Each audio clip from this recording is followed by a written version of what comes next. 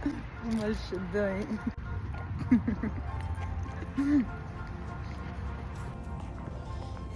So for today's video dahil mag-dinner kaming dudong day. Ingon sa iyang mama papa mag-dinner daw kami dito sa Falcon Square.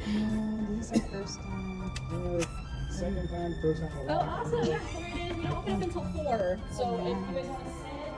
Thank you. So medyo maaga kami dumating kaya pinaupo muna kami, but then bago ka mag-start pinapapili ka na kung gusto mo ba mag-tour sa restaurant, and they will guide you para makapili ka ng mga upuan nyo. So here you go, ikot muna tayo. This is our dining room. So perfect for like family, bigger groups if you have it. So we ordered margaritas, pizza, and it's really good.